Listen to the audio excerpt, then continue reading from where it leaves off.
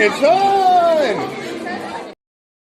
Happy Monday, everyone, and welcome to another edition of Disney Parks Talk Live, the weekly show, except the most important week of all, when we talk about what's going on in the world of Disney and otherwise. Thank you, Nikki D, for sharing your member icon. It's on, it's on. We can't show it on the screen, but you guys on YouTube can see it. My name is Jimmy Mosley, co-founder here at Lasting Place. Over there is my wife, Rebecca. How are you doing today, Rebecca? I'm doing okay.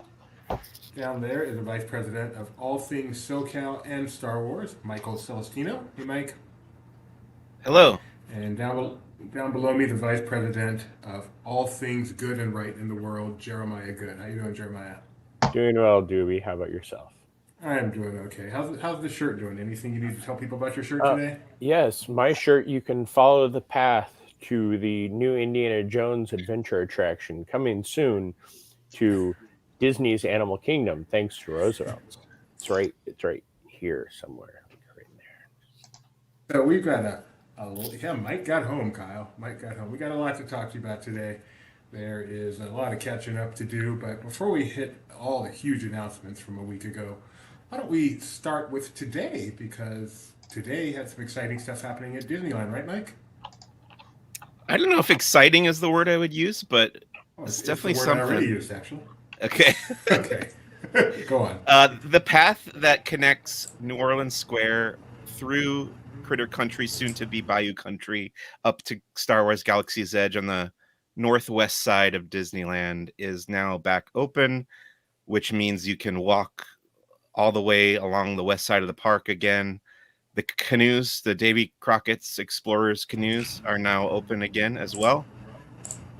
And that's it. The restrooms are open by the Hungry Bear, but the restaurant is not open. And we've got a new sign. There's a new sign advertising the new name of the Hungry Bear Barbecue Jamboree.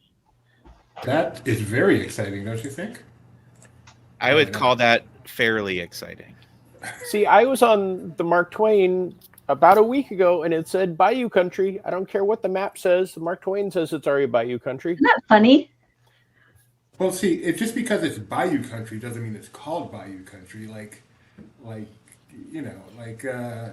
here in Northern California, it's 49er Country, but the name of the city is not 49er Country. Am I making any sense here? Hi, Tessie. Not really.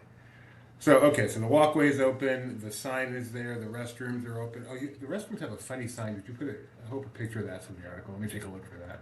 It's in there. Yeah, it's in there. You just passed it. There it is. You know, that sign hasn't changed in years. Yeah, I was going to say, is that new? No, it is not. But Gideon said it seemed more vibrant to him. So perhaps the colors on it have been, maybe it's been repainted or something, so it stands out more to people. You know what's weird about that sign is that's really more of a critter, not something that you'd find that I think of as a bayou thing. Trust me, there are enough skunks down here in the bayou. You think you live in the bayou? Florida is an armpit, so that's close enough to a bayou.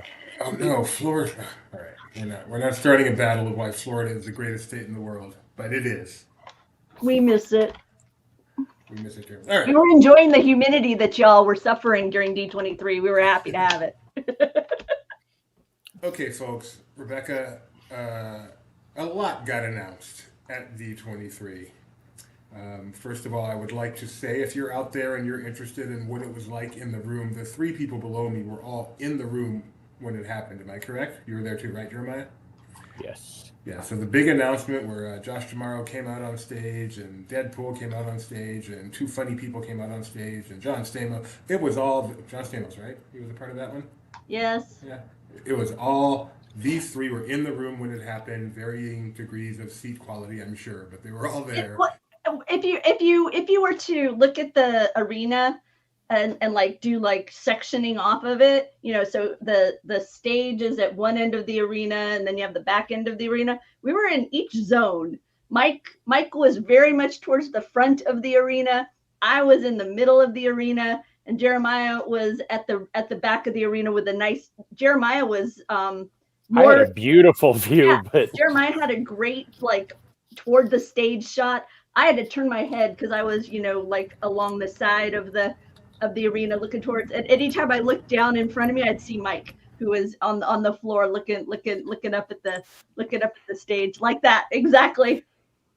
In fact, I forgot to send my footage, Mike, because there was a moment during, I want to say, the Legends ceremony when the camera crew, they were down in the sea from Seacrest. Yeah. I was like, I think the only shot Mike has right now is the cameraman's head. So Yeah. I quickly pulled out my camera and then promptly forgot to send it to the team so they could throw it into the video and help you out a little bit. Thanks. So, where do we start? Where do we begin? Let's start with Jeremiah. We begin at the beginning, and when we get to the end, we stop. Actually, why don't you put up your the graphic I created of the list of things? So, I mean, if you watch this, and if you didn't watch it, go watch it on our YouTube channel. We even did you a favor. We cut out all the songs, so you just have the announcement portions, which cut it down from 3 hours to about an hour and a half, I think. And then I also uploaded all the songs. So if you want to go enjoy those are there too. Oh yeah, you should definitely see the songs too. But wow, so it was just announcement. It was crazy. I know what it was like for me and my son in our hotel room. Rebecca, you misspelled something on there. What did I misspell? Tell me right away. It's Lion King Mountain, not Lion King Attraction. Gotcha. Okay. That's acceptable. What was it like, before we get to specifics, what was it like in the room, Jeremiah, when, especially compared to 2 years ago, when the announcements just did not stop? It, like you said, it was a non-stop barrage of everything. Like, you know, they did a musical number to try to throw everything in and really try to slip some things under the radar, Bayou Country. But it was nonstop. And I know people were like, I don't like the musical numbers. I enjoyed the entire presentation. I think the musical numbers did a great job of breaking stuff up. And I'm sure Mike felt the same way. It was also a great way to stop our recording in between each of the announcements for a little bit. Mike didn't. I recorded everything. So Mike kept going. Oh, yeah. Oh no, I was like, this is great. But walking out of there, everybody was just kind of like dazed. Yeah, there was so much going on. We didn't know what we were talking about. I was lucky enough to walk out with somebody who was another huge Disney nerd, and we spent the entire ride home talking about everything and trying to figure out, you know, where things are going. What the best part was, what was the part that just deflated the entire room, and it was definitely one of those announcements. Which one? No, call it out, Jeremiah. Which one? The Cars announcement to Frontierland. Like, the air in the room just escaped. There was like, that was the dead silent of like, we're all like, yeah. Wait, it's not called Beyond Big Thunder. What's going on? Cars? What? Where? Oh, okay. Hey. I can definitely relate to that in the moment, because Cars just doesn't bring out the excitement, especially when the first assumption is, oh, they're just bringing Cars Land here. But as they actually started to describe it, and as time has gone on, I've gotten much more excited about that than I was in the moment. See, I think starting off the first part where they said the Frontierland expansion, not Beyond Big Thunder, killed a lot of it. Like, wait, that doesn't sound like it's Beyond Big Thunder.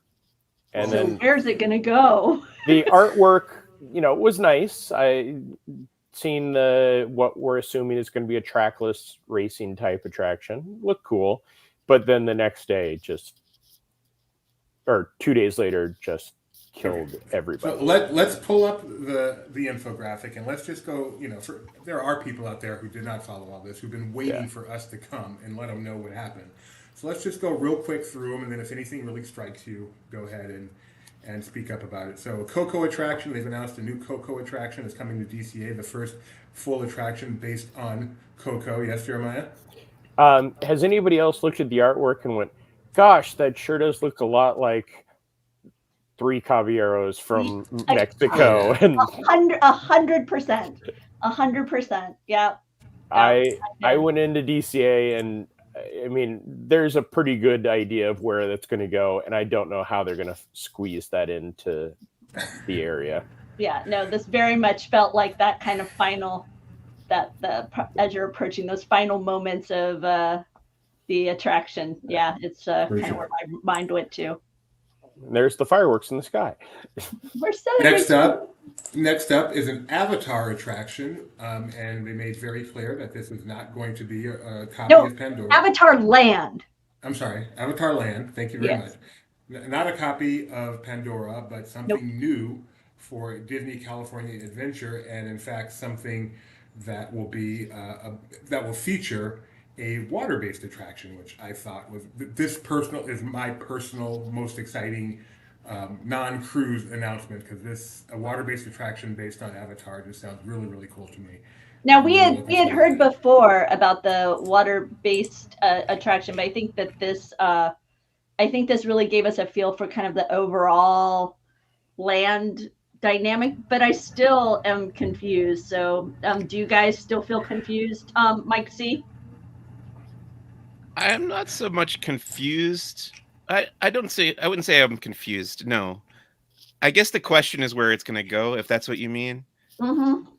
I still think it's going to go on the Simba lot behind the Pixar Place Hotel. But the question is, like, how do you block out the sight lines of the hotel if it's right next to it? But that's not in DCA. This isn't Disneyland Forward stuff. This is in DCA. That's what I disagree with that. Wait, go ahead, because Mike has covered Disneyland Forward for us a lot. So go ahead, Mike. Several times at the Disneyland Forward meetings that I went to, they brought up Avatar as one of the things that could happen if Disneyland Forward were to pass. And I believe they would, tunnel or bridge over Disneyland Drive into that parking lot. That's where most space is right now, I think. And just expand California Adventure, so California Adventure just becomes a larger park going over into that parking lot. See, and that's the argument I have, is at no time did Josh talk about Disneyland Forward. This Correct. was shovels are in the ground, things are going to start to change, and I think this is finally Hollywood Land, or at least the studio's backlot area is going to get blown out. And bookmark that's where, this broadcast. And Yeah. we'll go Okay, back so and Jeremiah's putting it in Hollywood Pictures backlot area, and Celestino's putting it in Simba lot. And Doobie's thinking, I really need some kind of a way for us to have fake bets so that we can create this, the old HSX. And people I completely agree with what Kyle said. Sorry, Doobie. Yeah, that's fine. It's just, see, I that's what I always thought it was. Disneyland Forward is yeah, exactly. It's just the contract with the city, basically. And I know, and I heard both. I've heard both out there, so it's fun that our own team is split on the dynamic end. I'm sorry, but I have a notification that keeps going off over here. I don't know how to turn it off.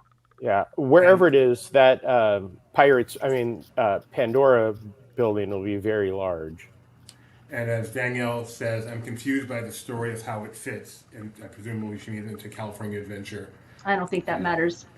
The way it fits is why it'd be perfect in Hollywood, because it's the stage, the backdrop of what they're building. Well, I'm still trying to decide how much of what we're seeing here is indoor versus outdoor versus virtually created at some big show building versus what am I seeing that's going to be outside a show building that's high, I'm because I didn't go see the model in Imagineering because the line was too long. There wasn't anything in the model in Imagineering. It was just that the circle rocks concept was about all that was there. Yeah. So I'm excited for more information on the whole Avatar land dynamic. But I think what kind of, I don't know, I felt like it kind of bumped up the heart rates in the room was not only did they talk about the Avengers Infinity Defense, which we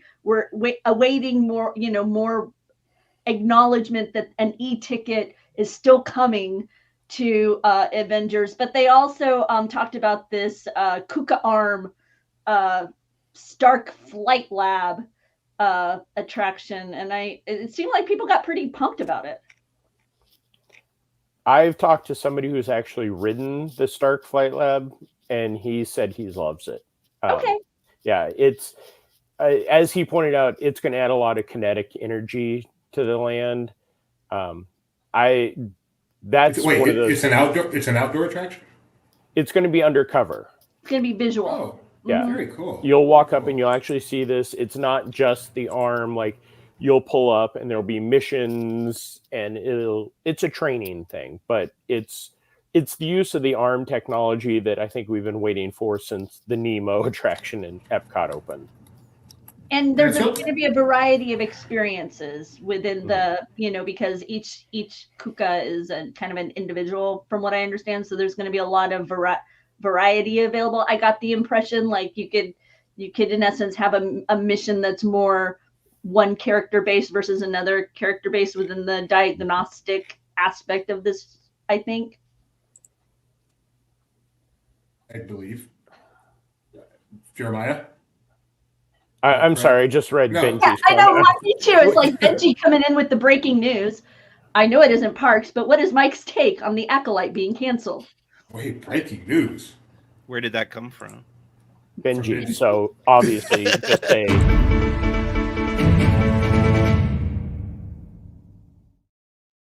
Apparently the Acolyte's been canceled. Mike, speak. Aww. I had a problem with them not just making one season worth of story. So I kind of said that in my podcast. Like, if you get a season to tell a story, tell the whole story. That's my advice to all the creators out there. You never know. All right. Man, I hope we see these characters somehow elsewhere, because quite a few of them were I'm sorry, but I enjoyed Manny Jacinto's take within the Star Wars galaxy. So I hope we get to explore more of that character, even if the series itself doesn't. It's funny, I'm not that interested in the title character, to be frank. But yeah, I would like to know more about that dynamic. Cool. One of the things about, jumping back, the Avengers Infinity Defense, nobody's pulled out the acronym. It's AID. So that's a whole other plot point that I think nobody's really touched upon. So that'll be interesting to see.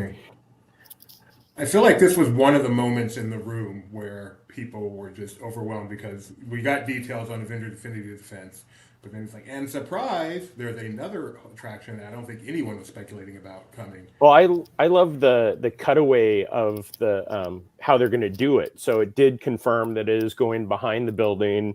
They're going to take down that wall. That's going to be the entrance, and then boom, also the arm or the flight lab will be there. Okay, so moving on, they did confirm that Disneyland does turn 7 years old next year. So that's good to know. Oh, yes. All right. So our CEO has gifted some memberships. So hopefully somebody out there is lucky enough to get one of these. We have no control over where they go. And you can be a member of LP. That's pretty awesome. And just so you know, this morning we had a special edition of the LP Morning News for members only. So if you are a member, you can go watch that. You could have enjoyed it live, but now it's available. So if you just received one of those gift memberships, go check out the fun. I really need to start giving jackets to people with the button across the neck and says LP. Another great idea. But let's see. Also, can I just real quick? Wait, what happened? Benji in the chat. I'm ignoring it. Wow. I'm going to do some quick hits before we discuss the other kind of topic. But quick hits included they're renaming Critter Country to Bayou when Tiana's adventure opens, and we found out the opening date for that. We learned that Smuggler's Run Mandalorian missions are going to come to that attraction on both coasts, so that's exciting. Some other quicker hits was the Spaceship Earth Lounge announcement that was not expected, at least to me. We got to see a little bit more art for Pirates of the Caribbean. Surprisingly, not much was said at all, kind of just name dropped Test Track. But going back into the kind of the big announcements, Walt Disney animatronic figure is coming to the Main Street Opera House with this experience they're calling Walt Disney A Magical Life. Yeah, for the first time, Walt Disney will be an animatronic, and they had a member of the Disney family there to give the ceremonial, yes, this is okay. Um, yeah, we'll go into the. But not all. But by the way, if you're somebody who's online, you'll know that isn't a unanimous Oh, no, dynamic no. within the Disney family. Most definitely not. And this will not be replacing Great Moments with Mr. Lincoln, but will play alternating. We don't know what alternating means exactly, but alternating with Mr. Lincoln. So, and this one I am curious, particularly Jeremiah, because you're such a Disney historian type. First, before I'm making my bold prediction, I want to make sure everyone is aware of my bold prediction. The Walt animatronic will not happen. That is my bold prediction. But assuming it does, Jeremiah, what do you think of this? See, I will take that bet, and I will say that this is absolutely happening, especially since the attraction's been down for 5 months already, and they're doing a lot. This is a weird one. When somebody brought this up to me, I was like, but then I had a good friend point out something that Walt Disney created the Abraham Lincoln animatronic because Abraham Lincoln was his hero. The Imagineers of today, their hero is Walt Disney. So this is a tribute to him. I think we were so like Walt. Remember when they did his 100th birthday and they did it so people could remember that there is a Walt in front of the Disneyland or Disney World? I think this will be a good, and I have no doubt that it'll be a respectful take on him. I want to know more details. I really hope that they are just taking parts of his speech and editing it and not, it's not going to be the hologram that everybody says is weird. It's going to be Walt himself. Yeah. Will it be strange for however long? Because one of the things they said, Doobie, is it's going to run for an amount of time before they start going back to the Walt and Lincoln switching, which I can't wait to see them on a turntable like the drummers at concerts just rotating and Walt like, and Abraham Lincoln. But I'm hopeful for it. What if that attraction over time just became kind of conversations with?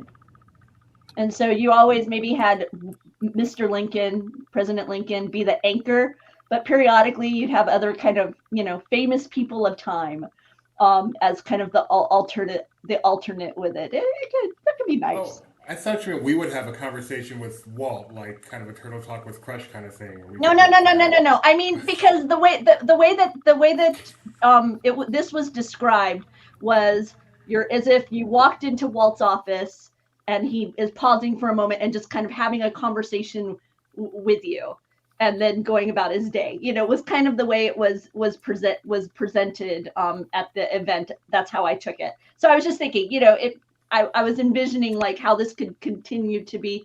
Rather than staying purely reverential to Lincoln and Walt, if it was Lincoln and Walt for a while, and then maybe Lincoln and, like I say, somebody else of note, for a while. It could be, No, I like that. I like that. I think we're also going to see the. Remember 3 expos ago when they showed the animatronic that was like supposed to respond to people and look at them when they're talking? I could see this being the use of that, where it is like Walt staring down people that won't get off their phone or keep talking in the audience. Here's your can of chili. What'd you think? So Mike, so we've been going over this list of stuff. Which one of these had you most excited? Are you most excited about? Definitely Avatar. I mean, I don't care that much about the movies, but I really like the land at Animal Kingdom, and I'm really glad that they're doing this thing now where if they duplicate the franchise or IP on the other coast, that they're doing like a different take on it. Like same thing with Cars and same thing with Indiana Jones. Like we're getting new stories or new locales for both of those, and same seems to be true for Avatar at DCA. So it's kind of a different spot, different location on Pandora that we'll be getting. And if you visit both Disneyland Resort and Walt Disney World, you get to visit 2 different parts of that planet. I kind of wish they had done that with Batu, actually, or Galaxy's Edge. But yeah, I'm super excited. Love boat rides like Doobie. So glad to have the two new boat rides coming to DCA. Yeah, By the I way, think it looks really do we have any thoughts? Sorry to jump on you, Mike. Do we have any thoughts? Danielle's asking, where do y'all think Coco is going? Jeremiah has a thought. There's one part of DCA that has not been touched since 2001. You can even walk into the bathrooms and they still have a Route 66 theme because they never put money into it. This is if something's going over across the bridge, this is going to go right where Goofy Sky School is and all of that. Finally we'll probably see the orange stinger gone and jumping jellyfish. Ooh, You're hurting me, Jeremiah. Forget Rivers of America. If they touch jumping jellyfish, one finger. Doobie, have you ever even gone on jumping jellyfish? Like, have you ever seen the weight limit for jumping jellyfish? You sure could now. Yeah, I don't think Golden Zephyr is ever going anywhere, like Benji said. Long live Golden Zephyr. What a relief. Well, because it doesn't have any miles on it. The thing never runs. Yeah. All right, for this next one, it's time to get back to the big stuff. I want to relive what it was like relive. This is terrible. What it was like. We love our Disney villains, right? I relived it horribly. Mike's reliving it. Okay. I think I queued it up poorly, unfortunately, so never mind. Great idea. What are you trying to relive? Execution. The Deadpool going off stage. Disney villains. Oh. I have a memory of watching that, and because we thought it was all over, we thought we were done for the day, and then at the last moment, one more thing, and it was villains, and the crowd went crazy, and I wanted to relive that moment, but I didn't think of that till now instead of before the show. So anyway, villains. What do you guys think of that? Not only was it because it was the last announcement, I think it was also we've been waiting 30 years for this announcement, and the tease they gave us last time, that definitely blew the roof off the Honda Center. Mike, you equally as excited? I know your arms were exhausted at this point, but yeah, I think that looks cool. And I think my first thought, I said this to you at the booth the next morning, like my first thought was this is kind of, I know it had existed before as like an idea for a new park, but Villains Land kind of made me think that it's sort of a reaction to Dark Universe over at Epic Universe. So they kind of also have like a darker, spooky type land coming up for Walt Disney World. But yeah, I'm excited. I do feel like they gave the impression that this is definitely Disney Villains Land, not the wider Walt Disney Company Villains Land. That it's going to be still stay Magic Kingdom friendly, which it's like Fantasyland Villains Edition. Yeah, which is a great alternative to Epic Universe, I think. I'm excited about it. Yeah, I'm excited, but I'm not excited about the scary one that Mike was talking about that's going to be up the road. I'm excited about this one. This is my level of spookification. Doobie, do you have the concept art that they... And yes. The other thing that was this coupled with the suspended coaster, I don't remember who tweeted it, but it cracked me up because they were like, all those people who grew up with Jim Hill Media and Screamscape are reliving their youth in this moment. Yep, they were both. Yeah, I mean, so I walked into the hidden room in the WDI booth, and I was talking to people, and nobody caught that there's a coaster track like visibly right there. Yep. It was like, what? There's a coaster? I'm like, yeah. Yep. And the one thing that I yeah, there is. Oh, seriously, DB? Okay. Yeah. Everybody for some reason is jumping on it needs to be Yzma's coaster. It's like, Yzma's not a villain. Like, this is Sleepy. This is Maleficent. This is the classic villains. I don't even think Hook. I think it's going to be Maleficent. The old hag, like the real deep villains that actually have some power, not just Hook and Yzma to me are more of like just antagonists. They're not so much No. Like You're thinking like villain. Governor Radcliffe kind of thing. No. I agree with him about Maleficent and the classic villains, Maleficent, the Evil Queen, whichever you prefer. Mm-hmm. But nope, I will be very surprised if Nope. Hook is not represented within it, because he's also a very classic villain. Almost anytime you see anything with the villains, it's Maleficent, the Hag, Hook, and even Phantasmic. Just go all the way back to Phantasmic. Benji's comment is going to get him kicked from the chat if he's not careful. Not even. I don't care. Here to defend himself. I don't care if he is a CEO. I will. And can we also just do Geo at the same time? Oh man! No, Bloom coming in with Hades as a class. That'd be a fun villain. So. Didn't realize I was sharing my screen. Sorry. Yeah, no, I left this pumped and excited. And then you add in all this stuff that's happening, overseas and with the cruise line as well. I'm happy to see a parade. I think the thing I'm most excited about, frankly, because it feels the most tangible, was the coming nighttime parade to Magic Kingdom. Mm-hmm. So I'm super excited about that. And Hercules coming to the Disney Cruise Line as a stage show, because I enjoy Hercules, and it gave me a chance to hear Susan Egan sing yet again, which was nice, because I went to the Princess concert the night before and had a magnificent time while all of you were trapped in the arena looking at studio stuff. I'm excited for the Dr. Ock Fear Drop coming to Hong Kong Disneyland. Yeah. Oh, that's the Spider-Man attraction that's going to be connected to Tomorrowland. Tower, like a tower experience. Yeah, it's totally a tower. That, and that's one I think the concept art, a lot of people just kind of went, oh, that looks cool. And then after I looked at it, I'm like, oh, there's how Hong Kong's getting their Tower of Terror. Well, Gabriel's coming in with all of their wishes for Disney Legends Award. Dove Cameron, Zac Efron.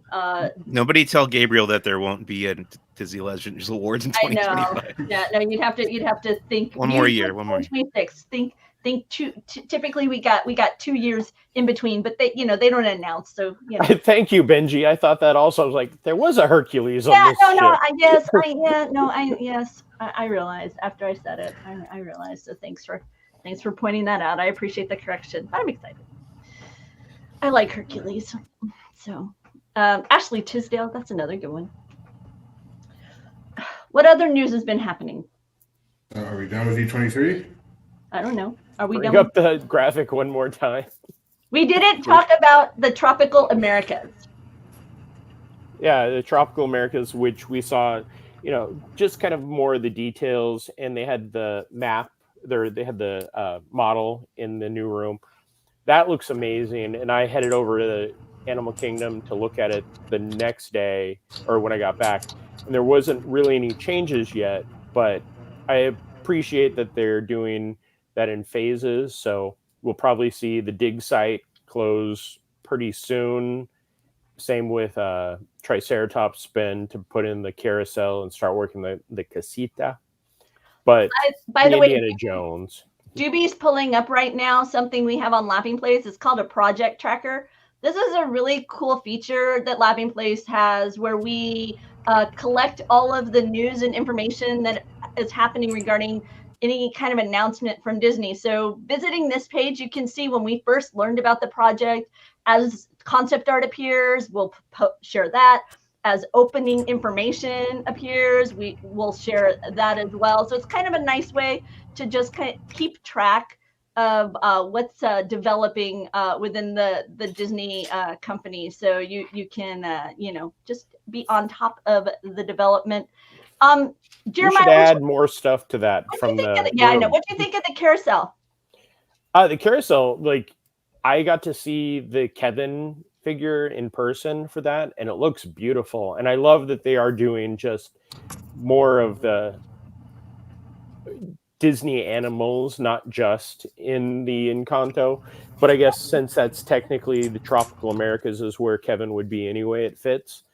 But they're not sticking with tropical Americas. Just to be clear, the storyline is that there's a wood carver in the city, so you're going to have characters in the artwork. They showcased clearly visible and identifiable Pumbaa, Abu, Bambi. I'm pretty sure I saw.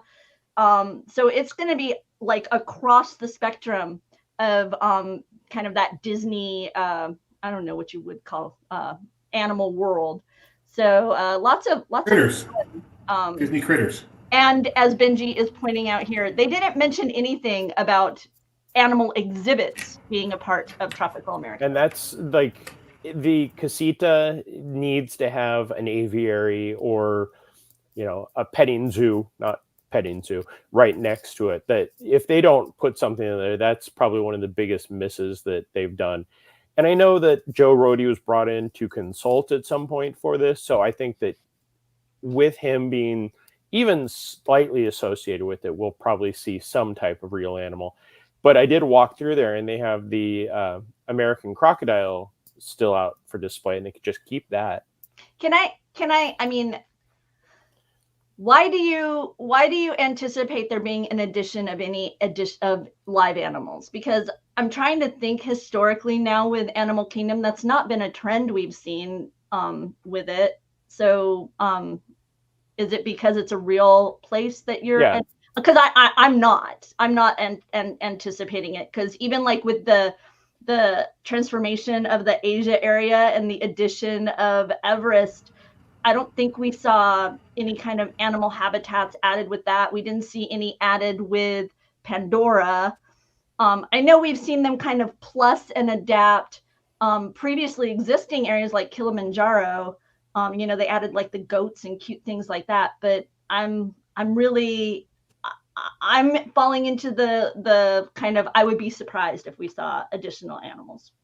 Well, they could just right away start moving the birds show that they do in front of the Tree of Life over there, because they already have those animals that are all part of the Tropic Americas. So I think because that is one of the richest areas for animals, I mean, if nothing else, we're getting Stories of the Rainforest put in there somewhere. Yeah.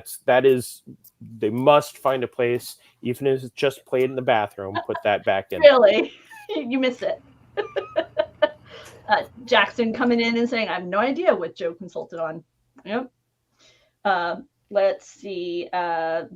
Geo wondering if they could relocate conservation stations affection section over that away. I don't know. I mean, there's so many animals that just put anything in there, even if they go with the Busch Garden style of bringing out the animals with some of the handlers or whatever you want to call them. They have to. I feel like, again, if they don't do something with the animals there, it is probably one of the biggest misses that they'll have done. Okay. One major addition. So we talked briefly about the Cars edition coming to Frontierland, and we did not talk about the fact that it is going to be replacing, or maybe we did, the Rivers of America. So a lot of discussion about that out in the internet. It is what it is. But yeah, the rivers are going away. Times Square Island is going away, and the Cars attraction and area will be going in there, which actually looks quite beautiful. But people are even perhaps more worried about something going away to make way for another new land, and that would be a Monsters Inc. land coming to Disney's Hollywood Studios. First, before Jeremiah cries over the prospect of losing Muppets, what are your thoughts on Monsters Inc. land? Again, just like Rebecca had said, as a kid of the 90s, like Jim Hill pretty much laid out exactly what the suspended coaster was going to be. And I was lucky enough way back when to see some of the proposals and stuff for that. And looking at the model, with the exception of it being that type of coaster, that is exactly what everything I saw in the late 90s, early 2000s is this exact layout, everything. So I'm excited for it. Yes, I don't want to see Muppets go away. I feel a better spot would be Blowout Animation Courtyard. tear down Rock and Roller Coaster and put up a new coaster there. So I'm enjoying the debate right now because there's two major camps and two growing camps for the location of this Monsters Inc. land. Kind of initial, I would say, rumblings were Animation Courtyard and kind of spilling, into that area. So taking over the launch bay and that kind of thing. Okay, and then somebody, it feels like it was anchored around the fact that there's this water tower in the concept art, and it was like, oh no, it's the Muppets, and so then we've got to protect the Muppet vision and Muppet. Where did the water tower come from? That's one that I don't understand at all. So that developed. And then while I was talking about those two with Alex, who writes for Laughing Place, he said, well, they're getting this new Indiana Jones ride over at Animal Kingdom. So why don't we finally move on from the Indiana Jones experience at Hollywood Studios and put it over there? And sure enough, if you were watching the morning show this morning, that's what Tony Betty put forth, as well as another camp. And recently, I have seen more and more people posting like, Geo, it should replace Galaxy's Edge. We've wiped our hands of the Star Cruiser. Let's wipe our hands of Galaxy's Edge. No, one of the things that they could do is keep Muppets and blow out and go over towards where there happen to be an empty building that's going, by the time it gets built, probably around 5 years or so from now. So that's an idea. I think that one of the things that has frustrated me a lot is everybody going, well, Disney's floating these ideas out there to see the feedback. I'm like, Disney isn't floating anything. They have every single bit of this already set. The construction is going to go. This is not going to be a fluid thing of will it be here, will it be there? It's just they're going to one day put up a wall and we're all going to either cry or cheer. And then Geo pointing out one of the ways that the artist signed his name on one of them. If you look at it closely, it does kind of look like a 20. I don't know that I buy it. I think it's just an odd signature choice. But some people are pointing to it as an indicative that it's actually a previous concept piece from the 20s. So yeah. Benji making us all feel old. Love that these projects are being worked on by Imagineers who were teens on the internet when these were first teased, the villains. And I think even monsters. Teens may be a little old. Mm-hmm. That's Benji trying not to feel old by framing it that way. But what do you think? I don't know. I'm excited about it. I don't know. I'm not. I don't know that I'm not expecting it to go into Monsters. The Animation Courtyard is the one that makes the most sense to me, but we'll see. Yeah, and then I know somebody, which could or could not be a Disney cast member, posted that they were told that they needed to start moving out of their offices in the old animation building, and that gave a lot of hope to somebody. Again, until, just like the old saying goes, until we actually ride the ride, I'm not buying anything. Go ahead, Doobie. It is very, very interesting that Disney right away came out and said Rivers of America, Tom Sawyer Island is gone, and they have said nothing regarding this with all the talk out there. I would love to know their reasoning for that. That's all. Yep. Go on. No, I agree. You were going to say something. Go ahead. Fix the Yeti. That's what Thank you, Deadpool. Hey, you brought it up. I'd kind of forgotten about it.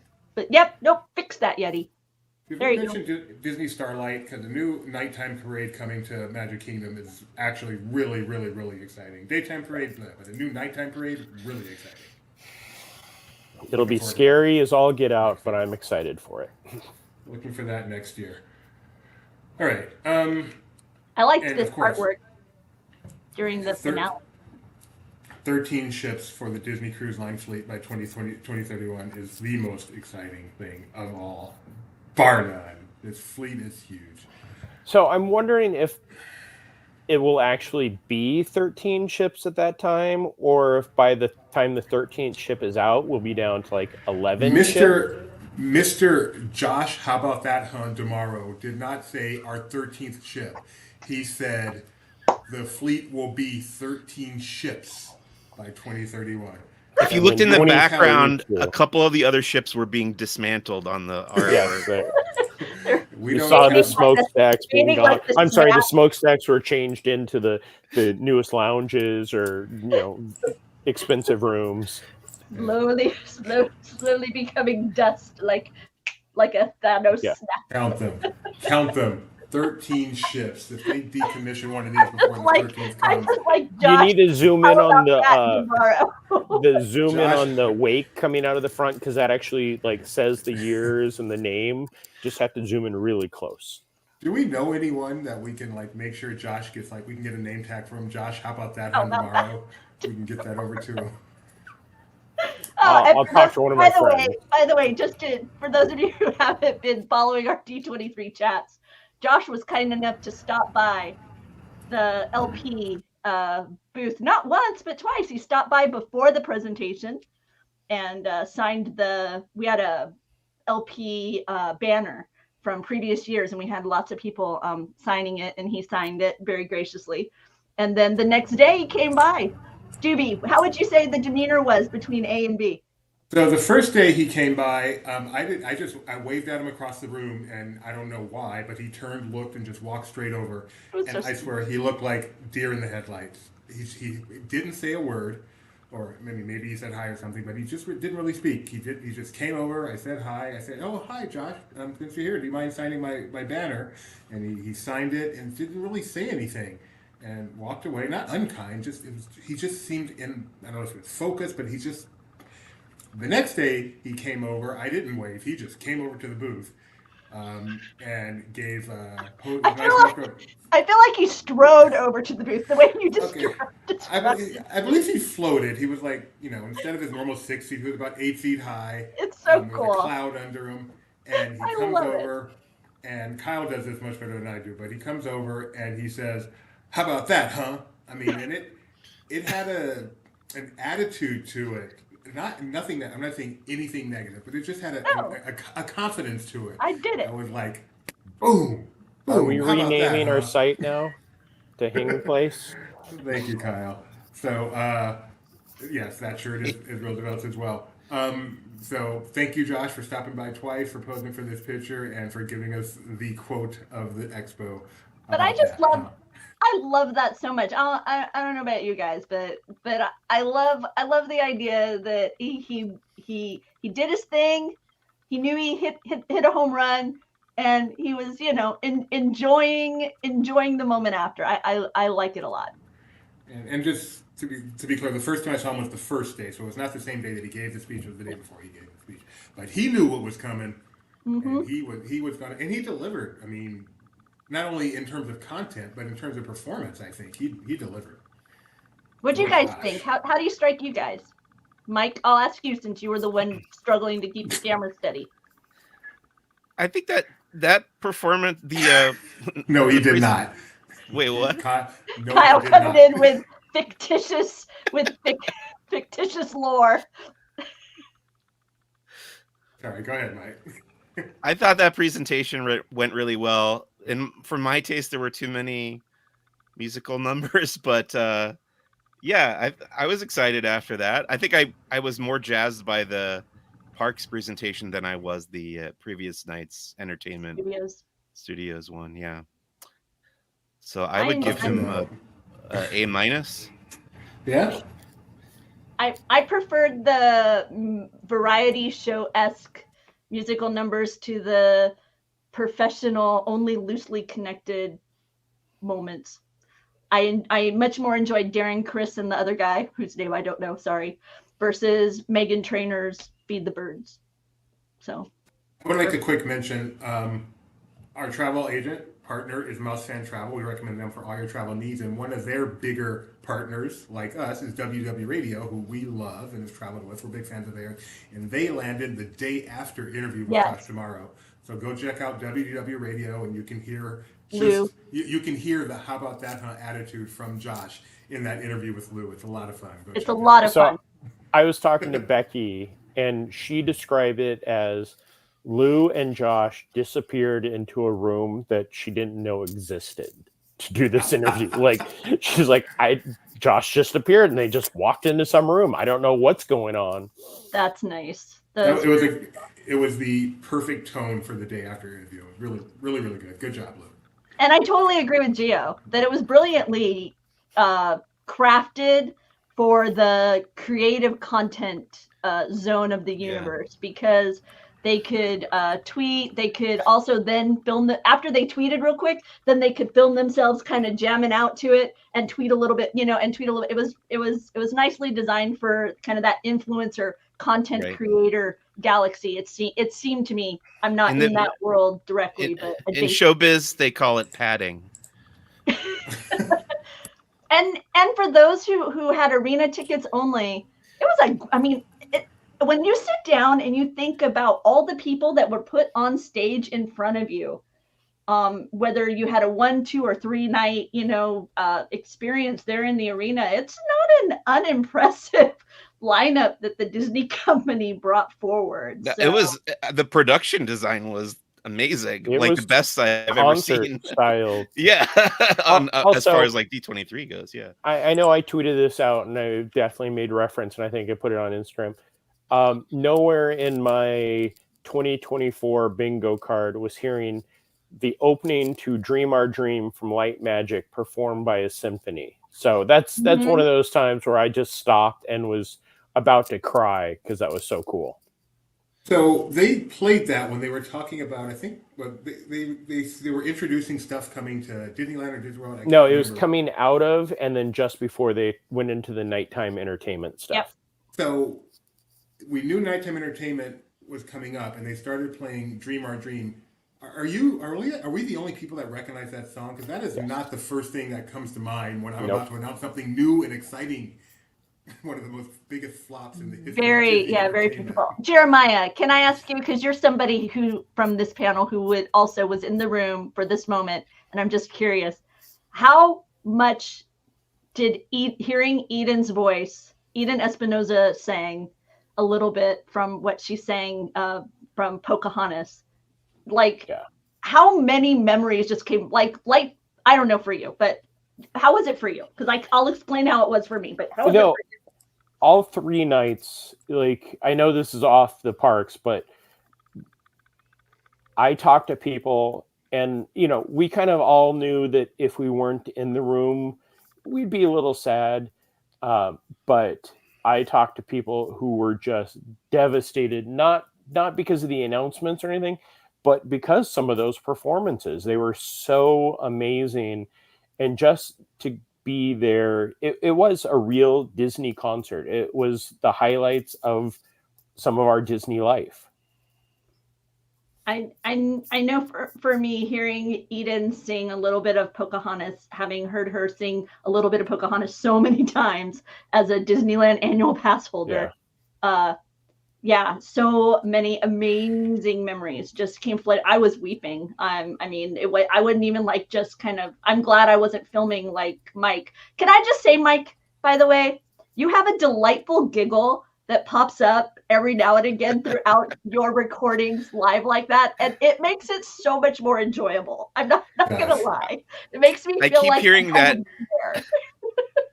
People who watch our videos keep telling me that, and I keep saying, I was so exhausted that every laugh you hear from me is absolutely genuine and like a reflex.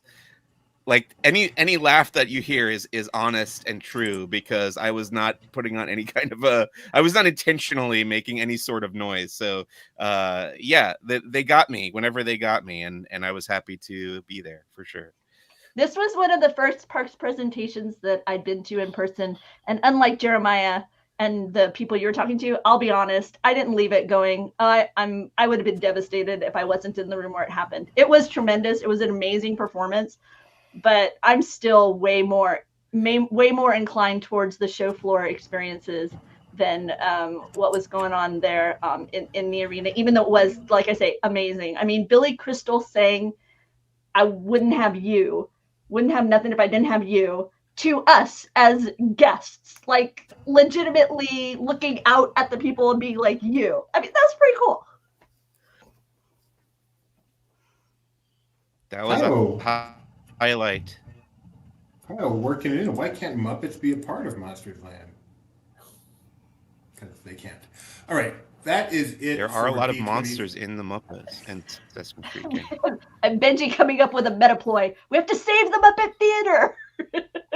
Did you say Jim Hill again? Is that what I heard?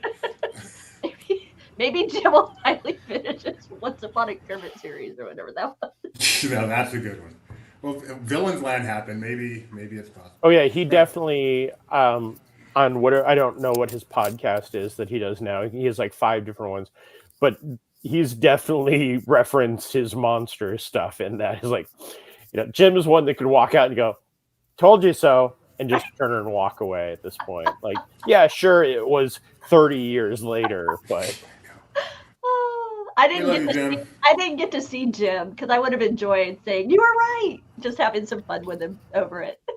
Next year they're going to announce the Dark Pirates sequence for Pirates in California, and Geyser Mountain is coming. Geyser Mountain right around the corner. I know that Geyser Mountain would have been a great idea for cars for the rivers. Like, have mountain range. We lost one. I wanted to say real quick. So everything they announced was IP based, right? Which is not unexpected, but also everything they announced was new. They did not announce any clones. He didn't do and we're gonna build 2, yeah. Right. Nor did he announce they're bringing over something from another place. Like even the Indiana Jones is not Disneyland's Indiana Jones. It's a different Indiana Jones. So I'm just so happy that they have seemed to, at least for now, gotten away from everything that's done has to be done in more than one location. That's really exciting. What, Jeremiah? Why you snicker? Benji's cave technology. It's like, I forgot all about that. Man, hey, Mike got to see that on the show floor. Oh, that's a good point. Well, I mean, no, but also yes, the epitome of IP. Yeah, Mike got to do the Star Wars thing. The volume. I wasn't gonna leave that convention center without having stepped foot on the volume. That was like near the top of my list. That was amazing. That was amazing. Let's get away from the expo. We've got a bazillion amount of expo coverage on the site with a bazillion more yet to come. We're not only covering the big Honda Center stuff, we're covering so many of the smaller presentations, and we want to get as much of it out to you as we can, and the floor stuff. So please go check out anything on Laughing Place. Click on any D23 article, click that D23 tag, and scroll to your heart's content. All right, let us move on to TIA, which at one point, no, I guess TIA has the TIA Award, but TIA has their theme park population. Nope, that's my window. Yeah, it sure is. By the way, that's the ambassadors from around the world learning about Walt Disney history. There you go. Attendance. It's been since 2019 since they put out these attendance things, which seem a little different now that parks have reservations and caps. But anyway, Magic Kingdom, the most attended theme park in the world, at 17.7 million. Although I think this is just America, not the world. Followed by Disneyland in Anaheim, Epcot, Hollywood Studios, then IOA, DCA, Universal Studios Florida, Universal Studios Hollywood, and finally Animal Kingdom, and then SeaWorld Orlando coming in 10th place. So Doobie, can you zoom in? Because somebody made a quote about the the numbers that originally had come out, but I hadn't actually seen them. So Magic Kingdom is 17.7. And then we go down to IOA, which is 10, and then Universal Florida, which is 9.75. Okay. So 2 parks that everybody's saying is going to dethrone Disney barely equals more than 1 park of Walt Disney World. That was my, like, somebody was saying that Epcot had larger numbers than those 2 parks. And that was one of the arguments when people are like, no, Epic is going to be the biggest park in the world. I'm like, It will not be. yeah, I it'll don't be know that- amazing, but Yeah, I don't know that it can be. I don't know what its capacity is. I going to be. would argue you guys are undervaluing the performance that Nintendo will bring. We have no idea what the capacity. Because a big part of that is capacity. I mean, it's potentially Epic can fill up every single day and still not reach anywhere near Magic Kingdom or Disneyland just because it doesn't have the capacity for it. But we shall see. Anyway, that is what I wanted to put up just to make sure we know. Coco, we talked about Coco coming to VCA as an attraction, but it's Doobie, can you say that one more time for me? What? Coco? Thank you. That's He has a fun way of saying it. I know. I don't know why. It sounds a You do? little different. Yeah, you have an interesting accentuation on syllables within it. yeah. You do the second C very Yes. strong. Yeah, it's cute. But go ahead. I wasn't self-conscious enough already. Anyway, You're Coco, pretty too, Doobie. It's okay. They are bringing a new version of a Coco show to the what is it called? The Plaza de la Familia at Disney California Adventure. They've been doing Coco entertainment there since 2017, a musical celebration of Coco. But now, starting this year, they're going to have the storytellers of Plaza de Familia celebrate the musical world of Coco. Note, the celebration starts August 23rd. The new show doesn't start till August 30th. I don't know why, but that is the case. Coming to California Adventure. Casting. I will be there both of those days. Got your reservations already. Oh, good night, T-Ron. Thank you very much. Thank you very, very much. All right. See, Oogie Boogie Bash is... Sorry, I'm just running through these. We've had a long show already. Oogie Boogie Bash decor is already at DCA, as well as Halloween decor in general. Did you get to see that today at all, Mike? The Halloween decor has definitely started going up. Yeah, there's a photo. Did I take that today? Is that Not one that I today. took today? It's not from today. No. Okay. Monday they had the base of that already there after D23. Yeah, it's pretty close to being fully decorated for Halloween, I would say. The pumpkins on the outside of Disneyland's entrance are not there yet, but probably any day. And Halloween season officially kicks off on August 23rd and runs through October 31st for some strange reason. Oogie Boogie Bash is already sold out, so hope you got your tickets. Since we're talking Halloween right now, Mike, can you show us that scary thing over your right shoulder? That's not Halloween based at all. Scary, though. Jeremiah, did you see Alien? I did. I loved it. I have thoughts about it, but I loved it. Mike, you undervalued it. You gave it a very positive review. You undervalued it. It was so good. I thought there were too many references to the other movies, but otherwise I thought it was very well made. So I want to throw out two things. The original Alien was written about the class system in America with the companies being in charge. That's what that was based off of. Aliens, the second one, was because James Cameron was very into the Vietnam War.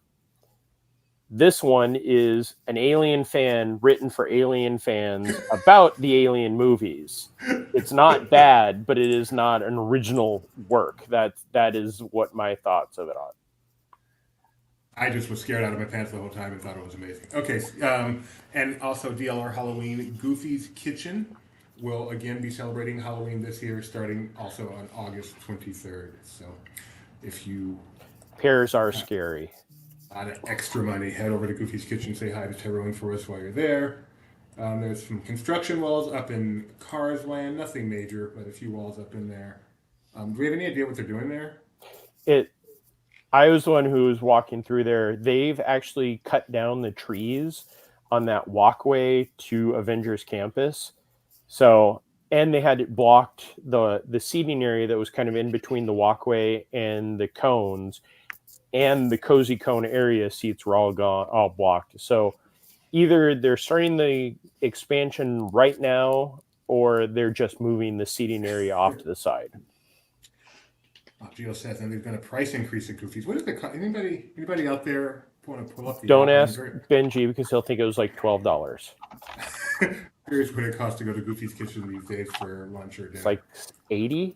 I would guess dinner at Goofy's Kitchen is I would go a little less. I would say $75 for an adult right now, which is not overpriced, but an insane price. All right, Walt Disney World. They had some major change happening over there. I think we all expected this to happen, but it has. In Peter Pan, they have changed out the scene featuring the Native Americans to now look like this. No, stop. No, sorry, go The ahead. Neverland tribe. Yes. Neverland Tribe. Please. It took me a half hour to try to figure out how I was going to phrase that. And Yeah, it is. they aren't Native Americans. No, you're They right. aren't indigenous. They could be Native Neverlandians, Yes. So the which was Neverland tribe. Kyle's idea. And then I walked out, and on the wall where it used to say Indian Village on that giant mural, it says Neverland Tribe. And I'm like, that's what we're going with. Wait, it used to say Indian Village? Yeah. Okay, so they changed it out. Yeah. Well, no, they changed that out a few years ago. But yeah, this was, there's more than just this little bit. The Neverland set had some dressing adjusted, and they actually had to move around some of the mountains to make the sightlines a little bit clearer. But again, it's something that nobody else would have noticed unless they wrote it like 4 times prior to it closing. But yeah, it's a cool little scene. Not representative of the film much. I mean, yes, Tiger Lily, but everything else is not anything there. Yes, Okay. I agree. Good idea. Rebecca, I think you found the information I was looking for. Yes, dinner is depending on, seasonal, I'm guessing. So there's a $64 price point listed and a $75 price point listed. Doobie for the win. So see how it's going up in a week? See, that's what it says. Okay. $64 currently, and then starting on August 23rd, it's going to be $75. I think you disappeared. Oh, you're back. Okay. Okay. And breakfast is going to go from 55 to 65. Reminder, the International Food and Wine Festival starts in August 29th. There's a foodie guide available for that right now. You can find that on our website. They released the medals for next year's Walt Disney World Marathon this morning. Very classic look. Yeah, I was going to say very classic, old school. Yes. There's your 5K, your 10K, and let's go all the way down. Because I know this group, that's like that Chippendale Park Life series or whatever they called it. This group here would go straight for the dopey. So this is your dopey this year. So that's cute. Like this look a lot. That's weird that it has the dopey challenge and then the finisher. Like you open it up, right? Yeah. That's cool. Okay, up from 55 to 64 adults, and then wow, it's going up $11. That is crazy. Why is Benji? The Sky Parade at Disneyland Paris, which we had heard was going to be leaving in September, is continuing as they're doing Halloween and Christmas versions. And for anyone who has seen that and knows what an amazing drone show that is some exciting news. So here's that. It's just strange to me that they're like, we're celebrating the Electric Light Parade, but now we're going to add in scenes from this, which I'm excited to see, but IMSEP had a Christmas version. Exactly. There was no Halloween version, but there was a Christmas version, and that looks amazing. That is so beautiful. But yeah, that's just crazy beautiful. Yeah, they know they've got a winner there. I'm glad they're not letting it go. Yeah. And my final story today on our list is Universal Studios, at long last, after all this time, is finally adding an escape room to City Walk. Thank goodness. It goes over so well here. Anyway. Have they said where it's going? I don't think they did. Escapeology is adding an escape room to Universal Studios Hollywood, coming soon to City Walk. This one is not like the one in Florida, which is run by Universal. This is run by Escapeology, and I'm surprised they haven't had one here already. But they have not. Is it located near the UCLA extension? That is a strange place. And Gio reminding everybody about the awesome dining promo that's happening right now over at Universal. So you can, I know that we have information on the site about that as well.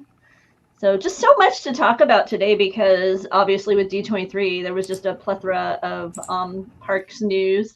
Want to make sure as we wrap up that give congratulations to Martha Blanding for her Disney Legend Her and Award. her sister. Her and her sister. I don't know whether this book was purchased or given to us, so I will say thank you if it was given to us. But little behind the scenes at LP, books are heavy.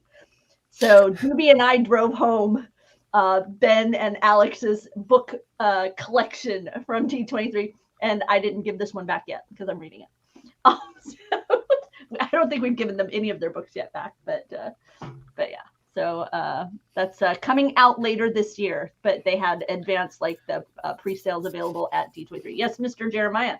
This is so far off our radar, but it is something that, since we are talking parks, anybody that is a Knott's Berry Farm or Cedar Point fan and Six Flags, now that they've merged, you can now add on to your Cedar Point annual pass an annual pass that takes you to all the Six Flags parks for next year, which is pretty cool. That for probably what will be the price of one day at Disneyland, you can get an annual pass that can get you into all of these parks around the U.S. That is pretty cool, man. I'm glad you mentioned that, actually. Anything else anybody wants to mention before we say goodbye? Mike? Halloween is getting started here in Southern California. This week I'll be doing a preview of Halloween Horror Nights, a preview of Knott's Scary Farm, and then Disneyland Halloween starts on Friday. Boy, oh boy, it's the Halloween season already, and it's sweltering hot out in mid-August. For the record, it is not the Halloween season. It is August. Yeah, Jeremiah. And since I mentioned Martha Blanding getting a Disney Legend Award, I assumed Jeremiah would jump right on me and be like, "Oh, but you can't forget Joe Rohde," and then he would sing the praises of Joe Rohde. All of the legends were amazing, but we have up on our YouTube the conversation with earlier in the day, and as much as Joe and everybody that was there are legends, just listening to Martha talk was so much fun. I would have loved to have been a direct report of hers, just to have gotten called into an office or something, and to her, instead of like, we're going to talk about this, just going, you did this wrong, fix it or you're out. Okay. And before we say goodbye, one last look at our breaking theme park news during the show. That's my news. There's yours. Star Wars: The Acolyte canceled after one season. We hardly knew you. Thanks for joining us. We will be back next Monday, I believe, and we will talk about things other than D23, like the current state of the fight to save the Muppets, a fight that might not even be necessary. I'm going to go chain myself to the building. And a good point, Kyle. Yes, this is the management